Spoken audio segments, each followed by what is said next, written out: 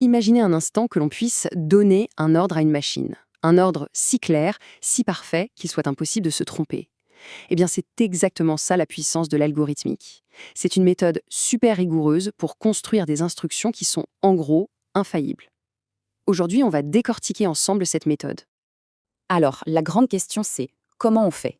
Comment est-ce qu'on formule un ordre pour qu'une machine, ou même une personne d'ailleurs, puisse l'exécuter à la perfection sans la moindre hésitation et à chaque fois? C'est pile le défi que la méthode algorithmique nous aide à relever. Pour bien comprendre tout ça, on va suivre une feuille de route en 5 étapes. D'abord, on va définir ce qu'est un algorithme. Ensuite, on verra comment le spécifier, c'est-à-dire lui créer sa carte d'identité. Après ça, comment l'écrire de façon claire pour tout le monde. Puis vient l'étape cruciale, la preuve, pour être certain que ça marche. Et pour finir, on analysera son efficacité. Allez, c'est parti. Bon, rentrons dans le vif du sujet. Un algorithme, c'est quoi au juste? Le mot en lui-même, il nous vient d'un mathématicien persan du 9e siècle, Al-Khwarizmi, mais son application, elle, est vraiment au cœur de notre monde numérique d'aujourd'hui. Si on prend la définition formelle, un algorithme, c'est une séquence finie d'instructions. Les mots les plus importants ici, c'est précise et non ambiguë. Ça veut dire que chaque étape doit être limpide, sans aucune place pour l'interprétation. Le but, c'est vraiment de créer une sorte de recette de cuisine qui ne peut absolument jamais rater. Le grand informaticien Donald Knuth a même ajouté un critère que je trouve génial. Chaque instruction doit pouvoir être faite par un être humain avec un simple papier et un crayon. C'est une idée super puissante en fait. Ça garantit que l'algorithme, ce n'est pas de la magie, mais bien une suite d'étapes logiques concrètes que n'importe qui pourrait suivre. On passe maintenant à la toute première étape de la méthode, la spécification. On peut voir ça comme la carte d'identité de notre algorithme. Parce qu'avant même de commencer à écrire la moindre instruction, il faut définir parfaitement le problème et le cadre dans lequel on va travailler. Alors, il faut savoir qu'on distingue deux grands types d'algorithmes. D'un côté, on a ce qu'on appelle la fonction. Elle retourne une seule et unique valeur en résultat, un peu comme en maths. Et de l'autre, on a la procédure. Elle ne retourne rien, mais elles peuvent faire autre chose, comme par exemple modifier les données qu'on lui a passées en entrée. Ici, on touche à un concept vraiment clé de la spécification, les préconditions. En gros, ce sont les règles du jeu pour les données d'entrée. Ce n'est pas seulement leur type, du genre c'est un entier, mais ça peut être beaucoup plus strict comme c'est un entier et il doit être positif. Si ces règles ne sont pas respectées, l'algorithme ne promet plus rien. Et logiquement, en face des préconditions, on a les post-conditions. Ça, c'est la promesse. C'est la garantie de ce que l'algorithme va nous livrer à la fin, à condition bien sûr que les préconditions aient été respectées. C'est l'engagement sur le résultat final. Ok, le problème est bien défini. Maintenant, il faut écrire la solution.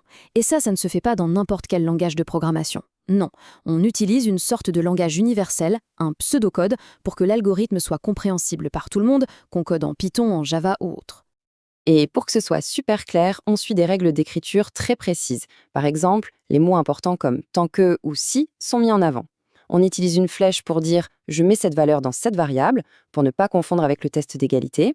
Chaque petit détail est pensé pour qu'il n'y ait aucune, mais alors aucune ambiguïté. Pour que tout ça soit plus concret, on va prendre un exemple. Un vrai classique qui a traversé les millénaires, l'algorithme d'Euclide. Son but? Trouver le plus grand diviseur commun entre deux nombres. Le cœur du réacteur, c'est cette boucle tant que. L'idée est simple. Tant que notre deuxième nombre y n'est pas égal à 0, on répète encore et encore 3 petites opérations, un calcul de reste et 2 affectations. C'est cette répétition, simple et mécanique, qui va nous mener tout droit à la solution. Bon, notre algorithme est écrit, c'est bien beau, mais est-on certain qu'il fonctionne et qu'il ne va pas tourner à l'infini? C'est là qu'intervient l'étape de la preuve. C'est une vraie démonstration mathématique pour être sûr de notre coup. Et cette preuve, elle a 2 grands aspects. Le premier, c'est la termination. Il faut prouver que l'algorithme va forcément s'arrêter un jour. Le deuxième, c'est la correction. Il faut prouver qu'à la fin, il donne bien le bon résultat, celui promis par les post-conditions, et ce, pour toutes les entrées possibles. Pour prouver qu'un algorithme s'arrête, surtout avec une boucle tant que, on a un outil mathématique génial, le variant de boucle.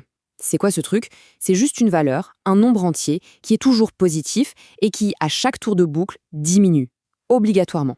Et comme il ne peut pas diminuer indéfiniment sans devenir négatif, on a la preuve que la boucle finira par s'arrêter. Et pour la correction, l'outil magique s'appelle l'invariant de boucle. Lui, c'est une propriété, une relation entre les variables qui est vraie juste avant d'entrer dans la boucle et qui reste vraie après chaque passage. C'est un peu le fil rouge, la règle d'or, qui n'est jamais cassée et c'est ce qui nous garantit qu'on avance dans la bonne direction vers le résultat. Il y a cette citation célèbre de Donald Knuth qui résume tout avec beaucoup d'humour. En gros, il dit « Attention, j'ai prouvé que mon algorithme est juste sur le papier, mais je ne l'ai pas testé en vrai. » Ça montre bien la différence entre la perfection théorique de l'algorithme et les bugs bien réels qui peuvent se glisser quand on le transforme en code. Alors voilà, notre algorithme est prouvé, il est correct, il s'arrête, c'est parfait. Mais est-il efficace, rapide? C'est la toute dernière étape de notre analyse, l'étude de ce qu'on appelle son coût ou sa complexité. La complexité, ça se mesure principalement sur deux choses. Le temps, qui est en fait le nombre d'opérations de base qu'il doit faire, et la mémoire, c'est-à-dire la place qu'il prend pour fonctionner. Le plus souvent, on se concentre sur la complexité en temps et plus précisément dans le pire des scénarios possibles. Et cet exemple-là, il est parfait pour comprendre pourquoi c'est si important.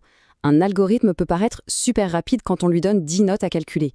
Mais si on lui en donne des millions, il peut devenir tellement lent qu'il en devient inutilisable. La complexité, ça nous permet d'anticiper ça. On a des grandes familles de complexité. Un algorithme dit linéaire est considéré comme efficace. Son temps de calcul augmente proportionnellement à la quantité de données. Par contre, un algorithme quadratique, lui, peut voir son temps d'exécution exploser de manière dramatique dès que les données deviennent un peu nombreuses. Et tout ça, ça nous amène à une dernière question. Pour réfléchir un peu, est-ce qu'il faut toujours, à tout prix, choisir l'algorithme le plus performant? Eh bien, pas forcément. Parfois, un algorithme un peu moins rapide, mais beaucoup plus simple à comprendre, à écrire et à maintenir, peut être un bien meilleur choix. L'efficacité pure, finalement, ce n'est qu'une partie de l'équation.